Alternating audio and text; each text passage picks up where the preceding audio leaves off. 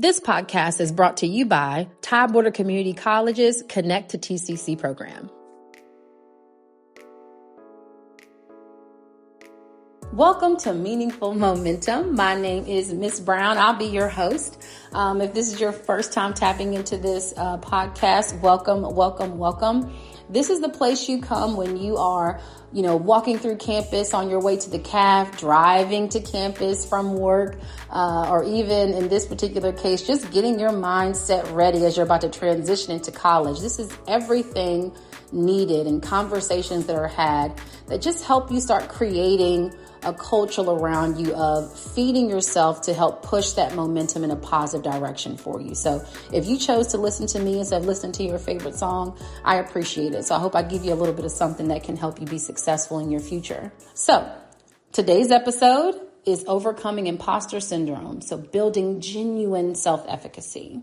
So what we're going to talk about today and continue to do is just dive really, really deep into this phenomenon of the imposter syndrome. I know you've all heard it. There's jokes about it all over the internet, but I want to make sure that I tap into it because I want to make sure that you're aware of the importance of knowing what the imposter syndrome is and also how to combat that, which is by building genuine self-efficacy. So I got you guys. If you're feeling that way, I got you.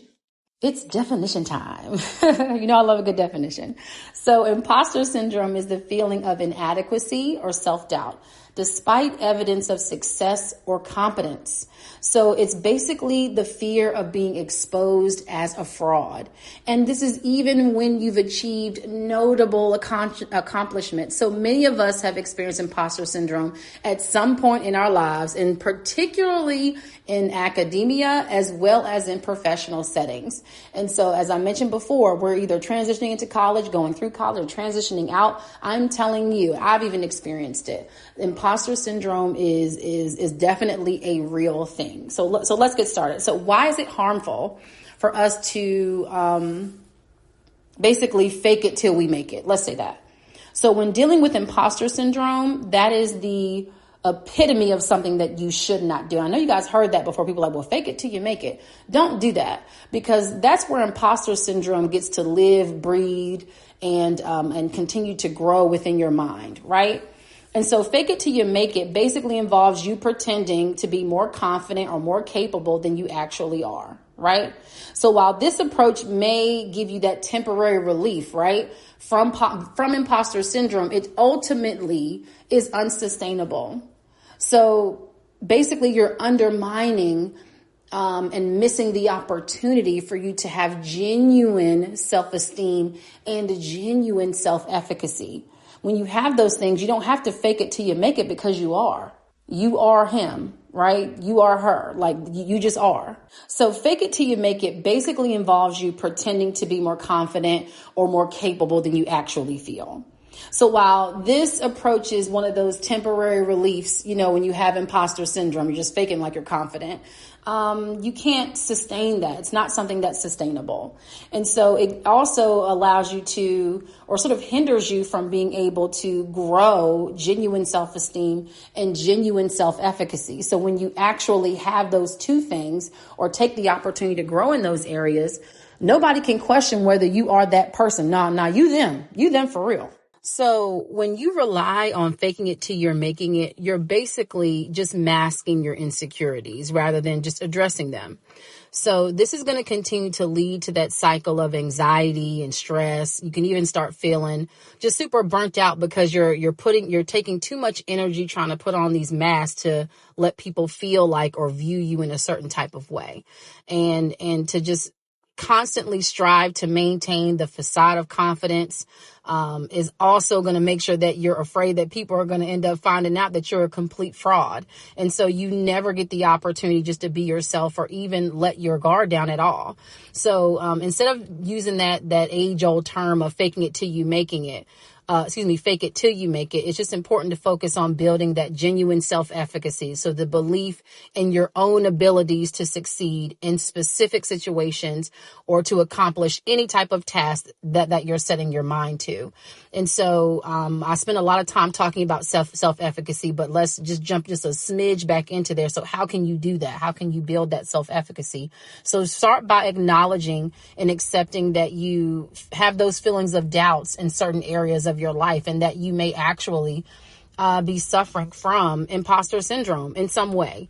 And so recognize that these particular feelings are common. They're normal. As I said earlier, we've all have experienced it, which means that you're not alone in what you're feeling, right? And so the next thing is just challenge that negative self-talk.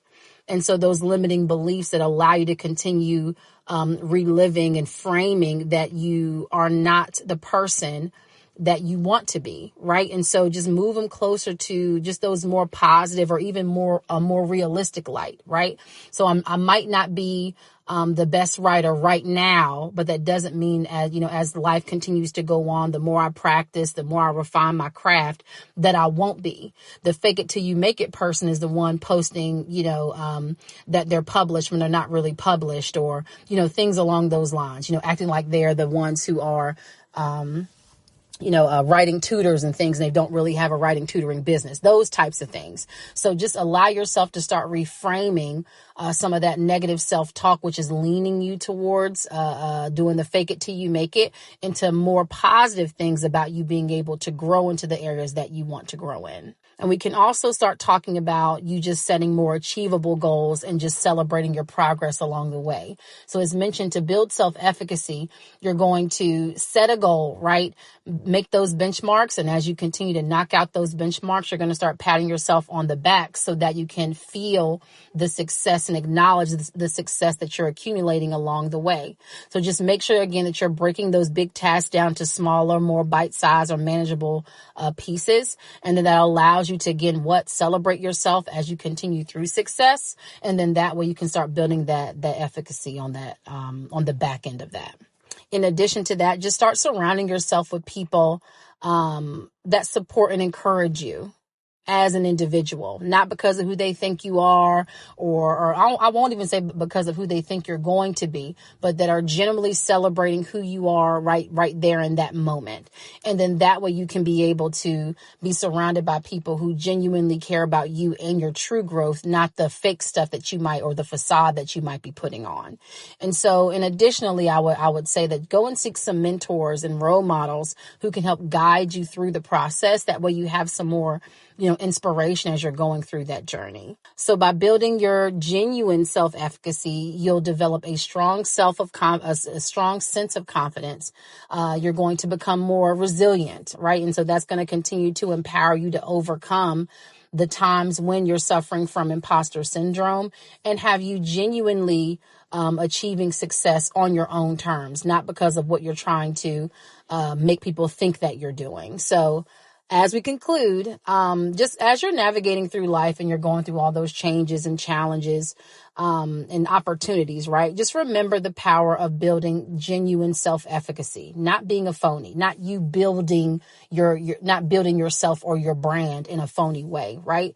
So go on and embrace your strengths and acknowledge that you are truly worthy, right? And then begin to start trusting in your ability. Why? Because not only are you crafting it and cultivating it, you know for a fact that it's truly you who is doing whatever it is, that you set out to do. So I'm, again, extremely excited for you. And until next time, my friends, focus on building some genuine self-efficacy and watch your confidence and your achievements just go to new heights. Have a fantastic rest of your day.